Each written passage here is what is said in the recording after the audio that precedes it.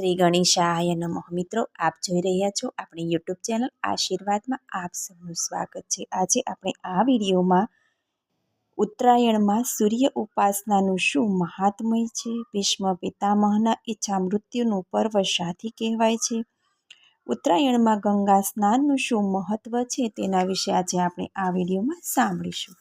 જો આપને મારો વિડીયો પસંદ આવે તો લાઈક કરજો, શેર કરજો અને પહેલીવાર જો આ વિડીયો આ ચેનલમાં જોઈ રહ્યા હોય તો સબસ્ક્રાઈબ કરજો, જેથી મારા નવા વિડીયોની માહિતી તુરંત આપ સુધી પહોંચે. ઉત્તવયમ તમસઃ પરિસ્વ પશ્યંત ઉત્તરમ દેવમ દેવાત્ર સૂર્યમંગમ જ્યોતિ તુ તરુમમ. અજ્ઞાન, જડતા તથા જડતાથી સંપૂર્ણ મુક્ત હોય એવા એકમાત્ર પ્રત્યક્ષ પરમાત્મા જો હોય ને તો તે ભગવાન સૂર્યનારાયણ જ છે.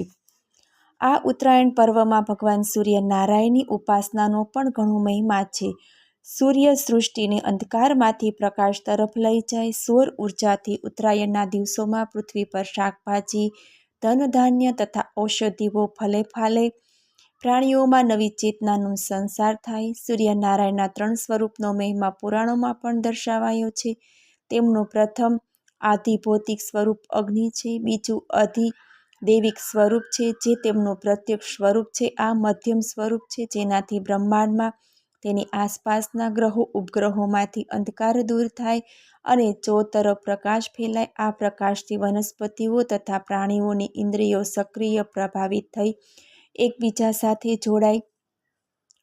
ભગવાન સૂર્યનારાયણનું ત્રીજું સ્વરૂપ આધ્યાત્મિક છે, જે ઉત્તમ છે, જે પ્રાણી માત્રમાં અંતર્યામી સ્વરૂપે જે મન અને બુદ્ધિને પ્રકાશિત કરે. તેનાથી પ્રાણીઓમાં જ્ઞાનની વૃદ્ધિ થાય, ચેતનાની વૃદ્ધિ થાય. પાણી, બરફ અને વરાળ એક જ તત્વ સંયોજનના સ્વરૂપો છે. એ પ્રમાણે પ્રાણી માત્રમાં સૂર્યનારાયણ આધિભૌતિક, આધિદૈવિક અને આધ્યાત્મિક સ્વરૂપે વિદ્યમાન છે. આ ઉત્તરાયણ પર્વ સાથે સૂર્યનો સંબંધ સીધો છે. સૂર્યની ઉપાસનાથી પ્રાણી માત્રને જીવનની ઉધ્વગતિ, શુકલગતિ તથા મોક્ષ પ્રાપ્ત થાય. સૂર્યનારાયણની ઉપાસનાનો વેદ મંત્ર પણ છે.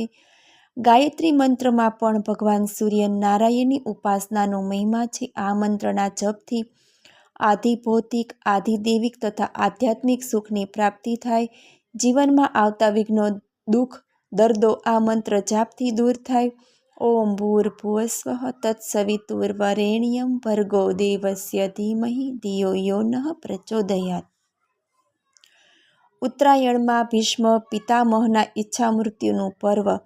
ઉત્તરાયણને એક પર્વ તરીકે મહત્વ આપ્યું હોય તેવો એક પ્રસંગ મહાભારતમાં છે. મહાભારતના યુદ્ધમાં વિધિની વક્રતા પ્રમાણે ધર્મયુદ્ધમાં કૌરવોની આગેવાની લેનાર ભીષ્મ પિતામહની ભૂમિકાનું વર્ણન છે. આ યુદ્ધમાં કૌરવોનો પરાજય થાય. રણભૂમિમાં ભીષ્મ પિતામહ બાળશૈયા પર ઈચ્છા મૃત્યુના પળની રાહ જોતા સૂતેલા જણાય. અર્જુન આ સ્થળે બાણોની વર્ષાથી ગંગાજી પ્રગટ કરે છે. ભીષ્મ પિતામહની તૃષા છુપાવે છતાં તેમના પ્રાણ નીકળતા નથી. પિતામહ યુધિષ્ઠિર અને પાંડવોને રાજધર્મનો ઉપદેશ આપે છે. 6 ઈસા મૃત્યુના વરદાન પ્રમાણે પિતામહ જ્યારે પોતાના પ્રાણ છોડી મુક્તિ માર્ગ એટલે કે મોક્ષને પામશે તેની રાહ જોઈ ઊભા છે. ભગવાન શ્રી કૃષ્ણનું સ્મરણ કરતા બાળશૈયા પર સૂતેલા આ વીર યોદ્ધાની મોક્ષ ગતિની કઈ પળ આવશે? પ્રકૃતિ તથા કાળ સ્વયં યમરાજ પણ આતુરતાથી રાહ જોતા ઊભા છે. અંતે તે પળ આવી. બાળશૈયા પર સૂતેલા ભીષ્મ પિતામહ અંતે સૂર્યનારાયણનું ધ્યાન ધરી સૂર્યના દક્ષિણ અને સંક્રમણમાંથી ઉત્તર અયન સંક્રમણ માટેના દિવસે શ્રી કૃષ્ણ શરણમમ મંત્રોચ્ચાર તથા ગાયત્રી મંત્રના ઉચ્ચારથી ઈચ્છા મૃત્યુને ભેટે. તેથી આ ઉત્તરાયણ પર્વ મનુષ્યને મોક્ષ ગતિનો માર્ગ પ્રસ્થાપિત કરે. અજ્ઞાન, અંધકાર, જડતા તથા અધર્મના અજ્ઞાન અંધકારમાંથી મુક્તિ અપાવી જ્ઞાનના માર્ગે મોક્ષ ગતિની દિશાનું આ ઉત્તરાયણ પર્વ સૌને પ્રેરણા આપે છે. ઉત્તરાયણ અને મહારાજા ભગીરથ દ્વારા ગંગાનું અવતરણ. મહારાજા ભગીરથે પિતૃઓની મુક્તિ તથા માનવ કલ્યાણ માટે જટા તથા તપસ્વીના વસ્ત્ર ધારણ કરી ઉત્તરાયણના દિવસે હિમાલય તરફ પ્રયાણ કર્યું એવું ધર્મગ્રંથોમાં જાણવા મળે છે. તેમણે દક્ષિણ દિશામાંથી પ્રયાણ કર્યું હતું. ઉત્તર દિશામાં હિમાલય તરફના પ્રયાણ માર્ગમાં તેઓ મહર્ષિ ભૃગુના આશ્રમે આવ્યા. આશ્રમમાં ઋષિમુનિઓથી વીંટાળેલા સમુદાયમાં બેઠેલા ભૃગુ ઋષિ ઊભા થઈ મહારાજા ભગીરથને આવકારે છે. તેમણે ભગીરથને પૂછ્યું કે હે રાજન, આમ તપસ્વીના વેશે હિમાલય તરફના પ્રયાણનું શું પ્રયોજન છે?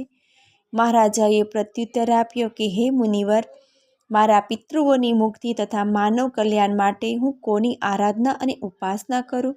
હું આ સમસ્યાના નિરાકરણ માટે તથા સમાજની શાંતિ માટે આ વેશે હિમાલય તરફ જવા નીકળ્યો છું તથા હું સંસાર બંધનના ભયથી વ્યાકુળ થયો છું. અને જે મારું કરવા યોગ્ય કર્મ હોય તે બતાવો. ભૃગુ બોલ્યા કે રાજન, તમે ભગવાન વિષ્ણુનું સ્મરણ કરો. ઓમ નમો નારાયણ અષ્ટાત્તર મંત્ર તથા ઓમ નમો ભગવતે વાસુદેવાય સાસાદક્ષર મંત્રનો જાપ કરો. આ મંત્રોની ઉપાસનાથી ભગવાન વિષ્ણુ પ્રસન્ન થઈ તમારી સમસ્યા તથા વ્યાકુળતાનું નિવારણ કરશે. ભૃગુ ઋષિની સૂચના પ્રમાણે ઉગ્ર તપસ્યા કરી મહારાજ ભગીરથ વિષ્ણુના દર્શન કર્યા. ભગવાન વિષ્ણુએ કહ્યું કે હે રાજન, તમે જે સ્થળે હિમાલયમાં તપ કરી રહ્યા છો ત્યાં ભોળાનાથ સદાશિવ વિરાજમાન છે. તે તમને મદદ કરશે. તમે ઓમ નમઃ શિવાય તથા મૃત્યુંજય મંત્રના જપથી અનાદિ અનંતરૂપ મહેશ્વરને પ્રસન્ન કરો. મહારાજા ભગીરથ શિવજીનું ધ્યાન ઉપાસના કરી શિવજી પ્રસન્ન થઈ ભગીરથને વરદાન માંગવા કહે છે. મહારાજ ભગીરથ વરદાનમાં શિવજી પાસે પવિત્ર ગંગાજીની માતા સ્વરૂપે માંગણી કરે છે, જે પિતૃઓની મુક્તિ તથા માનવ કલ્યાણ માટેના ઉદ્ધાર માટે આશીર્વાદરૂપ હોય. ભગવાન શિવ બોલ્યા, રાજન, હું તમને મારામાંથી પ્રગટેલ ગંગાજી આપું છું. તથાસ્તુ. આ પતિત પાવન ગંગાજીમાં તમારા પિતૃઓનો મોક્ષ થશે તથા સમસ્ત માનવજાત પવિત્ર થઈ પુણ્યના ઉદયથી પાપ કર્મોમાંથી મુક્ત થશે. તેના તટ પર તેનું પાલન પોષણ થશે. તમે પણ હાલના તમારા તપસ્યા સ્થળેથી ઉત્તરાયણના દિવસે ગંગાજીને પામશો. આ ઉત્તરાયણના દિવસે સ્વર્ગના દેવતાઓ, મારા નિજ ધામના તપસ્વીઓ, દિગંબરો, સિદ્ધો ગંગા સ્નાન કરવા પ્રત્યક્ષ સ્વરૂપે પધારશે. શિવજીના આશીર્વાદથી ઉત્તરાયણના દિવસે ભગવાનના ચરણોના અગ્રભાગથી મહારાજા ભગીરથ ગંગાજીનું આહ્વાન કરી તેમને પ્રગટ કરી. પુરાણોમાં આ સ્થળ ગંગોત્રીના પવિત્ર તીર્થ તરીકે વખણાયું છે. અહીં ગૌમુખ છે, જે ગંગાજીનું પ્રાગટ્ય સ્થાન છે. પ્રત્યેક ઉત્તરાયણ પર્વે ભગીરથ ગંગોત્રીથી માંડી ગંગાસર સાગર સુધીના માર્ગમાં પ્રવેશ કરે છે. ગંગાજી તેમની પાછળ પાછળ તેની અનુસરે છે. આ માર્ગમાં ગંગા કિનારે ઋષિકેશથી માંડી હરિદ્વાર, કાશી, બનારસ, પ્રયાગના પુણ્ય તીર્થ સ્થાનોનું નિર્માણ થાય છે. ઉત્તરાયણના દિવસે આ ઘાટો પર દેશ વિદેશથી શ્રદ્ધાળુ ભક્તો ગંગા સ્નાન માટે આવે છે. અહીં કુંભ મેળો ભરાય છે. કહેવાય છે કે ગંગાજીનું સ્વરૂપ રુદ્ર હતું, તેથી ભગીરથની વિનંતીથી ભગવાન શિવજી હિમાલયની ગિરિકંદરાના પોતાના જટા સ્વરૂપમાં સમાવી રુદ્રપ્રયાગ તથા દેવપ્રયાગમાં શાંત કરે છે. અહીં ગંગાજી ઋષિકેશથી ગંગા સાગર સુધી શાંત સ્વરૂપે નિરંતર વહ્યા કરે છે.